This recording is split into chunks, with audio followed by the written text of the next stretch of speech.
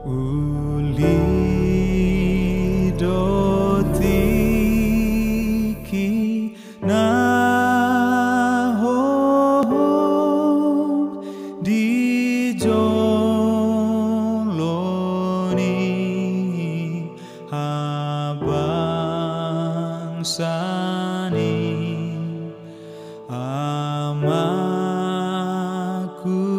na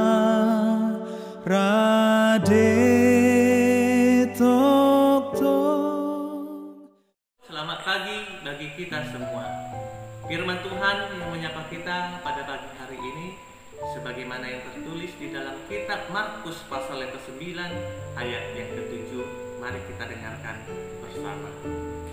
Maka datanglah awan menaungi mereka, dan dari dalam awan itu terdengar suara, "Inilah anak yang kukasihi, dengarkanlah dia." Demikian firman Tuhan.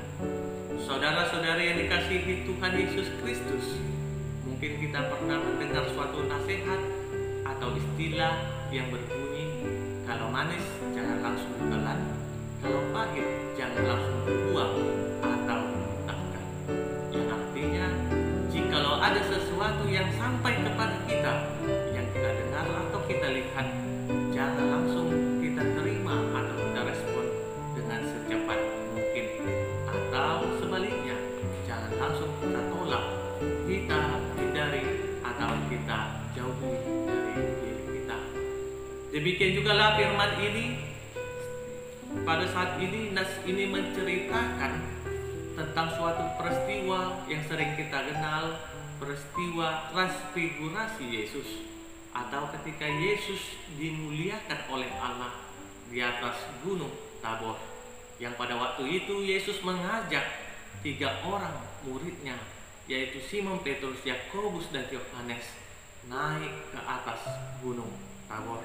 Dan pada saat di sanalah para murid melihat suatu keindahan ketakjuban yang luar biasa, di mana ketika itu pakaian Yesus mengkilat berkilauan seperti cahaya emas, dan Yesus sedang bersama-sama dengan Nabi Musa dan Nabi Elia. Melihat kejadian tersebut, sontak Simon Petrus berkata kepada Yesus, "Betapa bahagianya kami berada di tempat ini. Bahkan mereka mengusulkan untuk mendirikan kemah bagi mereka di tempat itu." Mereka para murid tidak melihat dan memikirkan apa yang akan terjadi di balik atau sesudah peristiwa itu. Dalam penampakan itu, Yesus yang telah ditinggikan oleh Allah sebagai Mesias harus menderita dan mati di kayu salib. Saudara-saudari yang dikasihi Tuhan Yesus Kristus, ada beberapa hal yang mau disampaikan firman ini kepada kita. Yang pertama, peristiwa transfigurasi ini adalah pengukuhan Allah akan Yesus sebagai anak Allah, bahwa Yesus adalah benar-benar anak Allah yang diutus datang ke dalam dunia untuk menggenapi hukum Taurat dan nubuatan para nabi. Yang kedua, peristiwa transfigurasi ini adalah peneguhan iman kita, orang percaya dan pengikut Kristus, akan Yesus Kristus sebagai Tuhan dan Juru Selamat, bahwa Yesus adalah benar-benar Mesias yang diutus oleh Allah untuk menebus dosa-dosa kita, untuk menyelamatkan manusia dan dunia, supaya kita tetap percaya dan semakin percaya kepadanya.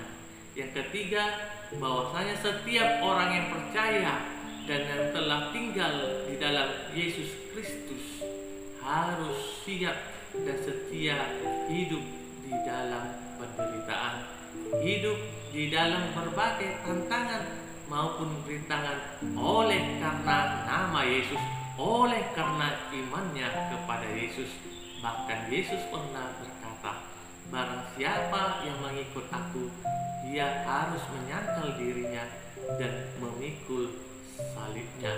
Yang terakhir, bahwa sebagaimana Yesus telah ditinggikan dan dimuliakan oleh Allah di atas gunung Tabor, demikian jugalah barang siapa orang yang percaya dan mau mendengarkan Yesus, yang mau dan setia, senantiasa setia melakukan apa yang diperintahkan oleh Yesus dan kehendak Bapa di dalam hidupnya, maka akan mendapat kemuliaan Allah, yaitu berkat yang berkelimpahan serta berbagai hikmat, yaitu sukacita dan damai sejahtera dan kehidupan yang kekal di dalam kerajaan-Nya.